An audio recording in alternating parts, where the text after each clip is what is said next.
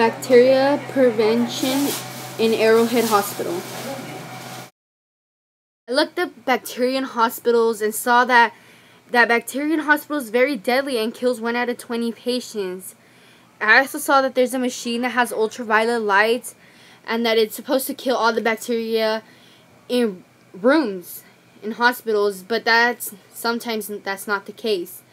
The bacteria is very deadly, and I was curious to find out more about this topic, so we did an interview with Mary Corcoran. Classes in nursing school that educate us on bacteria, different types of bacteria and viruses.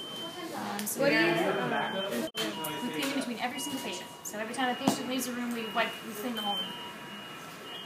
Well, bacteria is everywhere. It's really hard to prevent from being in contact with people. But we try to prevent the really bad bacteria that hurt you from getting to you by cleaning our rooms between every single patient. They are cleaned with special cleaners depending on what's wrong with the patient. And sometimes they require bleach, other times it's just called germicidal wipes. Germicide means bug killing, basically, wipes that will kill everything.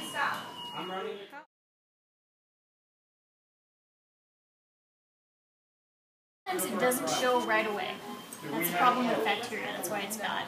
If somebody gets in contact with it, it doesn't usually become apparent to us until they have an infection.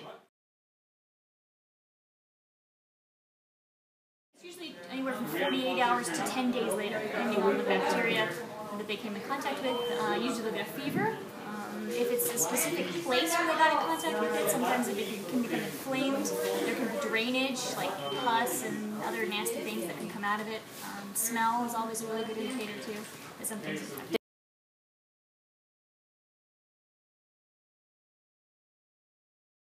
At that point, if you're in the hospital and that happens to you, we generally will give you an IV type of antibiotics. There are certain bacteria bugs that are really, really super strong, and we have super, super strong IV antibiotics. But as bacteria become exposed to those antibiotics, they actually build up resistance to those antibiotics. So we are constantly having to change our antibiotic regimen to make sure that we can stay on top of it and kill the new bugs.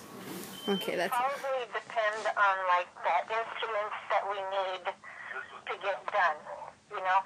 But most of the time, we put it through like a cart washer, sort of, and it just goes, it goes through a pre-wash and a rinse, and then it goes into like a real sonic, comes back off, and then rinse, and then a dry cycle.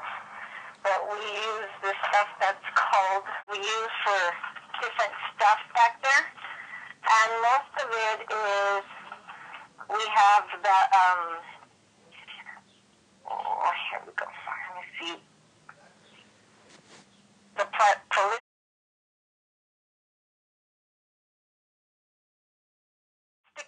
It's an enzymatic cleaner.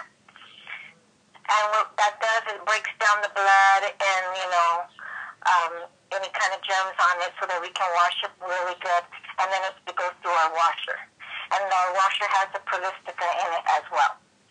Once it comes back out through our clean side, we get the instruments together, and then we put it in a little tray, and it goes through a steam cycle. That's for our any kind of metal, our stainless steel instruments. That most of 90% of the time, that's what the OR uses, is the stainless steel instruments, and it goes through a steam cycle, which is 270 degrees. And it's in there, and it gets sterilized, and it gets for about 45 minutes. So it gets exposed through the steam sterilizer for about four minutes of sterilization. And then we go through a process of a dry time. And then after that, when it's all done, we send it upstairs. It has to cool for a while, and then once it's all cooled, we send it upstairs.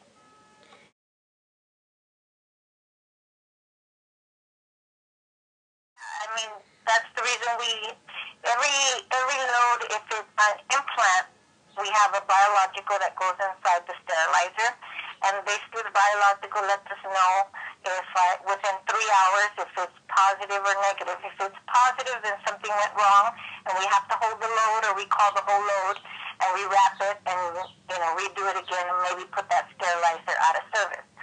That biological basically tells us is that the steam didn't penetrate and didn't kill whatever it's supposed to kill, all that germs.